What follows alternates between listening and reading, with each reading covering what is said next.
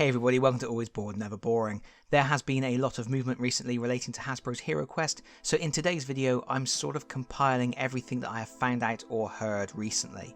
And before I begin, just a big thank you to all of the subscribers who have been sending me messages when they hear news. I really appreciate the fact that you've all been taking the time to let me know when you hear anything good. First of all, we have a few updates on shipping. According to information made available by Hasbro on November the 3rd, EB Games, who are handling backer rewards in Australia, had part of their stock in hand and the rest in toll as of late October. I'm not sure if EB Games have started fulfillment yet, and I haven't really heard anything new about that, but if they haven't, it looks like it will be soon.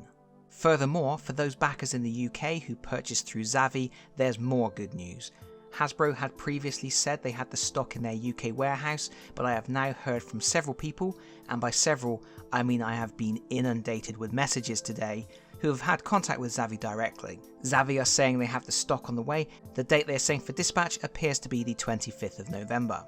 Once again, thank you for everybody who has messaged to say they have heard from Zavvi.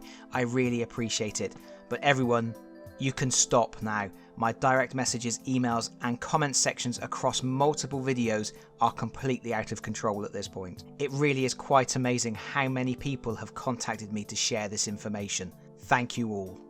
Oh, and while we're on the subject of delivery, if it helps anybody to know, the side of the Mythic pledge boxes are stamped as 6.22 kilograms with dimensions of 16.75 inches by 10.375 inches by 13.625 inches. Next up, let's talk about the teasers that Hasbro recently shared on Twitter, at least one of which has already been blown open by one of their partners. First, there was a promo video, a really good one with narration by Stephen Baker. It is undoubtedly a trailer they have worked on gearing up for a general retail release. While the video doesn't give any specific dates, I think it's time for people who didn't back to start getting excited too, especially based on information from another website, which we will get to in a moment. In terms of the content of the trailer, it may be packed with spoilers or fluff. It's hard to say at this point. For example, the start of the trailer shows dragons darkening the skies. We know from the crowdfunding campaign that dragons are a thing, but can we expect Joe Manganiello's expansion to eventually go to retail? Personally, I'd be surprised if it doesn't. There's also an image of the elf in the woods holding a child's doll. We already know Frozen Horror is on the cards, and this image is, as far as I'm concerned, a massive indication that Mage of the Mirror, the elf quest, is also in development.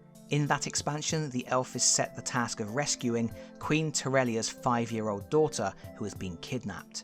A discarded doll would be an important clue. Moving on, the other teaser they shared showed the silhouettes of two new miniatures.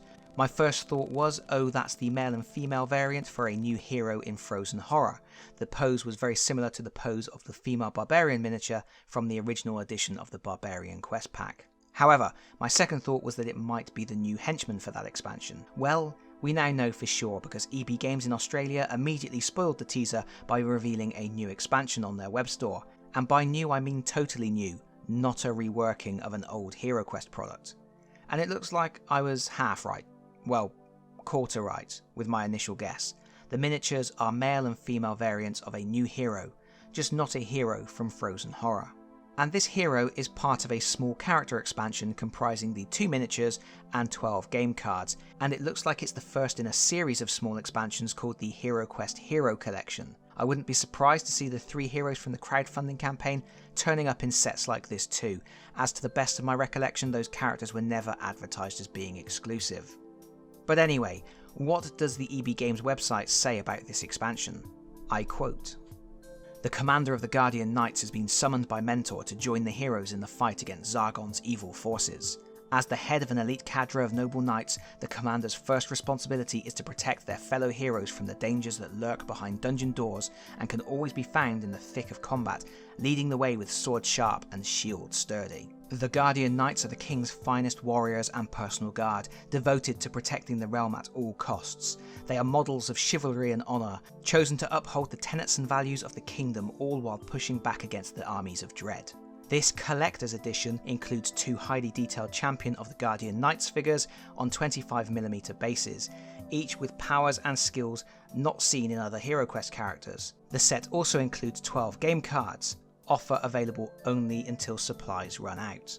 I think the most interesting thing to note here is that they have referred to it as a collector's edition item, and they have said it will only be available while supplies last. And this is where we get to the bad news. 1. The listing for this product says it's an EB Games exclusive. I think we have to take that as meaning this product is only going to be available from EB Games and may have been part of an exclusivity deal that EB Games made with Hasbro when taking on the responsibility of handling the crowdfunding campaign. If that's the case, I have to say I do not agree with that move at all. Anything that gates off products from certain people, anything that makes things exclusive to particular territories, I'm just never on board with that sort of move. Worse yet, this product is already listed as being pre-sold out. Now, I never saw this product as being available, so it may be the case that the page has been prepped ready, but they aren't accepting orders yet, so it just says pre-sold out for the time being. But it may be the case this was a very limited release that some people spotted early and got in on, and there is none left. Oh, and by the way, EB Games do have the core game Keller's Keep and Return of the Witchlord all listed for pre-order as well, with a release date of February the 1st, 2022. So there we go, that's a lot to get through, a lot to unpack, lots of information, lots of new things to speculate on. Hey, hold up there, it sounds like I'm doing a wrap up, but we're not done yet. This is future me. I was just editing this video ready for upload, and Hasbro went and dumped a whole load of additional information on Twitter.